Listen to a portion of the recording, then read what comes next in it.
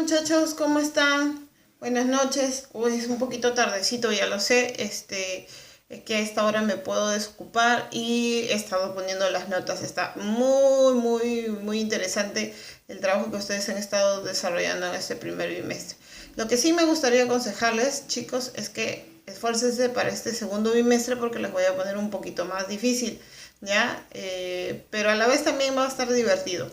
Ahora, el tema del día de hoy es para tercer año, ¿sí? Hemos visto el, la semana pasada, ¿sí? Realismo. Y en la parte de realismo es un tema muy cortito, porque ya la otra semana, el día lunes, nos empezaría a tocar el tema de impresionismo para pasar ya de frente con los famosos impresionistas, ¿no? Pero hay que hacer un recordatorio para no olvidarnos sobre el tema del realismo. Ahora, realismo es muy importante porque es un periodo muy interesante, ¿sí? Abarca más o menos de 1860 hasta 1870, o sea, 10 años nada más, ¿ya? Tiene características relacionadas al contexto histórico, obviamente varios eventos, ¿no? Primero la creación de movimientos nacionalistas, ¿sí? De ahí la revolución de 1848 y el famoso problema de la papa, ya que fue de 1845 a 1849. Ahora, ustedes dirán, ¿qué tiene que ver el problema de la papa, el movimiento nacionalista, ¿no? ¿Y por qué las épocas no coinciden con lo que la profesora nos está mencionando, que es 1860 al 70? Lo que pasa es lo siguiente, muchachos, es que estos periodos obviamente empiezan a partir de 1848, cuando ya se está dejando la idea del romanticismo, ¿sí? Entonces, abarca todo este contexto histórico muy amplio, ¿ya? 1850, 1860, hasta el 70, y obviamente no se desarrollan en un solo año, sino se desarrollan en varios años, ¿ya? Entonces, el movimiento nacionalista que les mencioné empieza a partir justamente de ese año, más o menos 1848, 49, ¿no? Entonces, no solamente se da en algunos países de Europa, sino en la mayoría de todos los países de Europa. La finalidad era votar, ya les he dicho creo en clase, a quienes, a los reyes. Esa era la finalidad. La revolución de 1848, su finalidad era acabar con el último gobernante, obviamente que reinaba en ese momento Francia, ¿sí? Votarlo porque ya estaban cansados de justamente de tener reyes, ¿no? Entonces lo que hacen es, deciden acabar con el último rey de Francia, ¿no? Entonces, esta revolución vendría a ser la número 3, ya, porque la primera, ustedes ya saben que fue en 1789, ya saben qué pasó, la mataron a Luis, la colgaron, le sacaron los miembros, todo lo que quisieron con el pobre rey Luis, ya, y le pusieron la cabeza justamente en el medio de la plaza de Versalles, ¿no? Como para que sepan todo el mundo que no deben reinar, podría decirse, ¿no? Mataron a todos los primos, mataron a los famosos aristócratas, ¿no? Y apareció Napoleón Bonaparte, ya, y quiso ser el emperador de Francia. Ahora, después de él vinieron otras personas, ¿sí? Otros familiares de él y estuvieron en el poder hasta 1848, en que se volvieron a sublevar y empezaron a votar a todos los nobles del país, ¿no? En el problema de la papa, ¿sí? Está muy ligado con esto, porque en ese periodo, como les decía en clase, es un periodo muy triste. Ya el romanticismo y el realismo es un periodo muy triste, porque la gente muere de hambre, bastante, sin necesidad de que haya, por ejemplo, una pandemia como ahora, ¿no?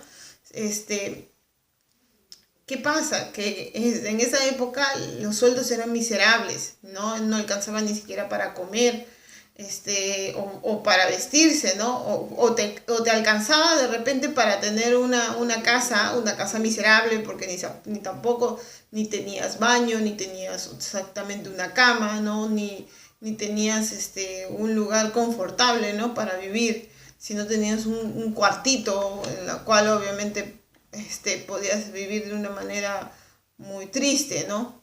Entonces el único dinero te sobraba para alimentarte, te alcanzaba para lo más ínfimo, que era la papa. La papa no costaba casi nada, ¿no? Era más barata todavía que obviamente que el pan, porque el pan costaba mucho más, ¿sí?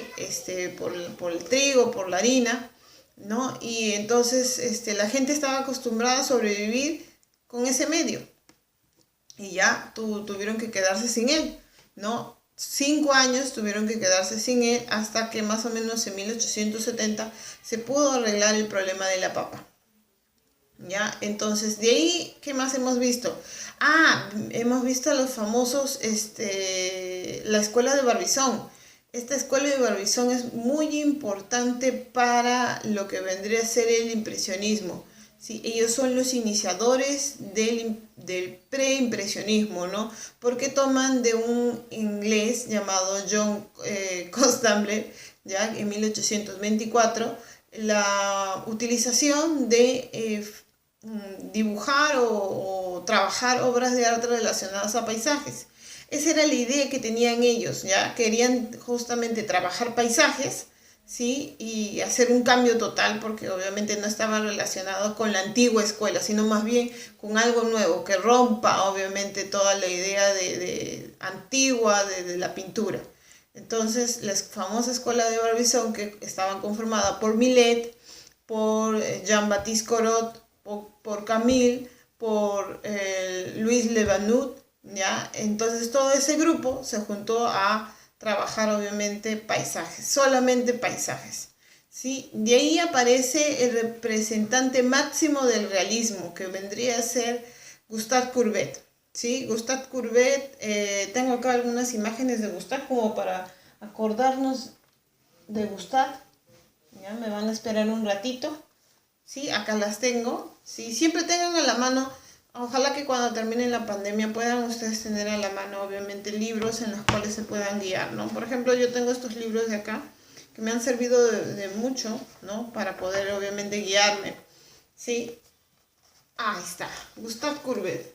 Sí, Gustave Courbet fue el iniciador del realismo, ¿sí? Quiero que vean esta imagen de acá, ¿sí? Esta imagen se llama El taller del pintor, ¿no? Podemos ver en el interior de este taller, ¿sí? Como más de 20 o 25 personas. Miren, miren. Todo el interior está lleno de personas. Y en el medio se encuentra él y una mujer desnuda, ¿no? Él está trabajando, obviamente, una pintura muy interesante. Y miren, al lado hay un niño, ¿no? Hay un niño que está observando obviamente el trabajo del maestro.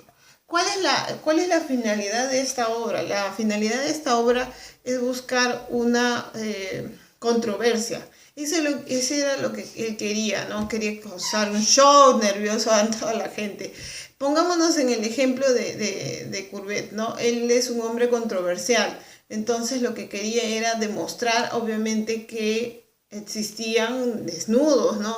Que podía causar controversia, que la gente podía admirarse y ponerse nerviosa por un elemento que era fuera de lo normal, porque un desnudo no es normal en esa época.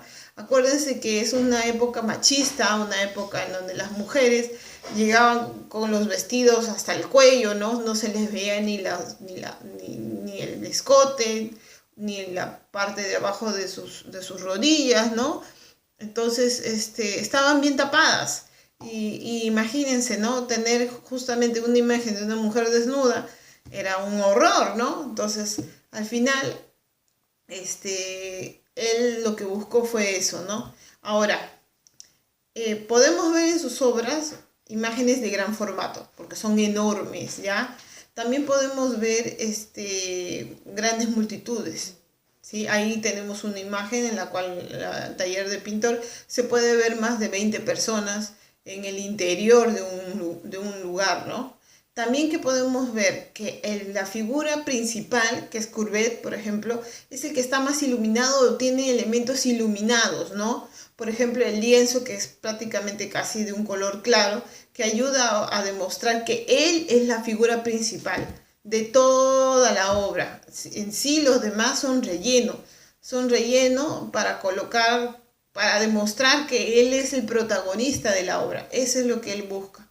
Y siempre coloca elementos que puedan distinguir a los protagonistas de la obra, ¿no? Colores claros, principalmente. ¿Qué más? Ya, siempre los va a dibujar en interiores o hay veces en exteriores y utiliza colores oscuros para trabajar.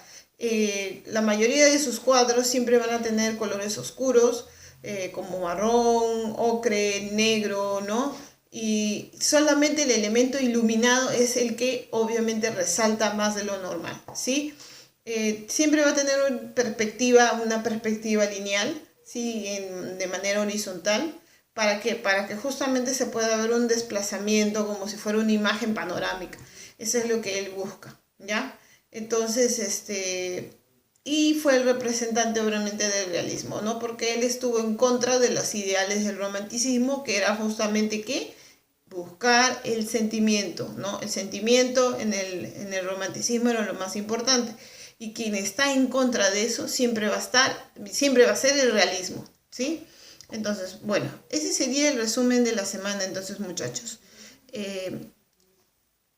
Cualquier cosita que ustedes necesiten, siempre manden por mensajería y será hasta la próxima semana.